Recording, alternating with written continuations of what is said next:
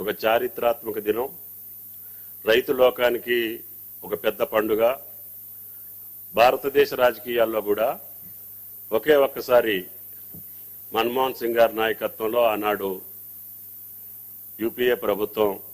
దేశం మొత్తానికి కలిపి 70,000 కోట్లు రుణమాఫీ జరిగింది. దాని తర్వాత గౌరవ ముఖ్యమంత్రి, ఆనాటి పిసిసి అధ్యక్షులు గౌరవనీయులు రేవంత్ రెడ్డి గారి నాయకత్వాన కాంగ్రెస్ పార్టీ, అఖిల భారత కాంగ్రెస్ పార్టీ నాయకులు శ్రీమతి సోనియా గాంధీ గారు, అగ్ర నాయకులు రాహుల్ గాంధీ గారు, ఖర్గే గారి యొక్క ఆధ్వర్యంలో ఏదైతే తెలంగాణ రైతు లోకానికి మాట ఇచ్చారో ఆ వాగ్దానాన్ని నిలుపుకునే భాగంలో ఎంతో మంది ఎన్నో రకాలుగా దీన్ని అపహాస్యం చేసినప్పటికీ,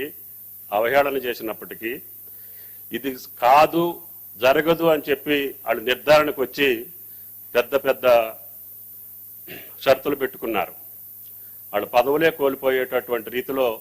వాళ్ళు సవాళ్లు విసిరారు. వాటినన్నింటినీ కాదని క్లిష్ట పరిస్థితుల్లో కూడా, ఆర్థిక పరిస్థితులు అనుకూలంగా లేకపోయినా, గత ప్రభుత్వ కాలంలో అనిశ్చితమైనటువంటి పాలన, అవగాహన లేనటువంటి పాలన, అవినీతి పాలన వల్ల ఆర్థిక పరిస్థితి చిన్నాభిన్నమైనప్పటికీ మీరిచ్చినటువంటి మాట, పార్టీ ఇచ్చినటువంటి మాట కట్టుబడి,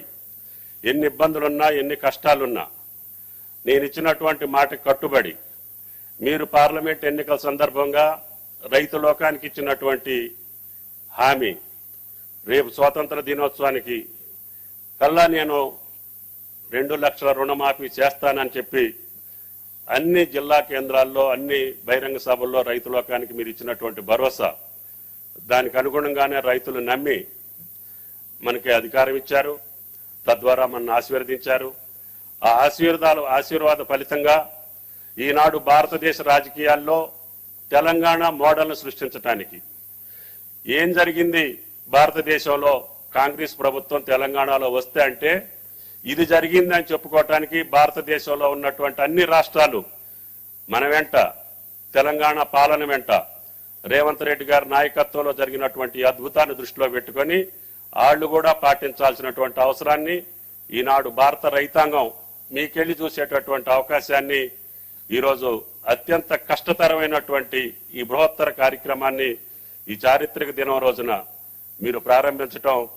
తెలంగాణ రైతాంగం తరపున, వ్యవసాయ శాఖ తరపున మీకు ధన్యవాదాలు తెలియజేస్తూ,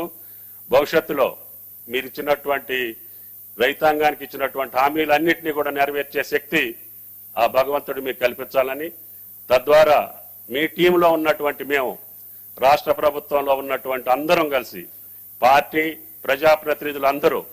మీరు ఇచ్చినటువంటి హామీలు సజావుగా, సక్రమంగా, సవినయంగా రైతాంగానికి, ఈ రాష్ట్ర ప్రజలకు అందించడానికి శాయశక్తులా కృషి చేస్తామని, అదేవిధంగా అధికార యంత్రాంగం కూడా మీరు పెట్టుకున్నటువంటి టీము భవిష్యత్తులో మన పాలన చూసి, మన రాష్ట్రాన్ని చూసి పక్క రాష్ట్రాలు అనుకరించేటట్టుగా మన పాలన కొనసాగాలని, ఈ సంవత్సరం మంచి వర్షాలతోటి మీరు ఇచ్చినటువంటి ఈ చేయూత, ఈ భరోసా, ఈ యొక్క రుణమాఫీ వల్ల తప్పకుండా పసిడి పంటలు తెలంగాణ వ్యాపితంగా అన్ని జిల్లాల్లో అన్ని పంటలు సక్రమంగా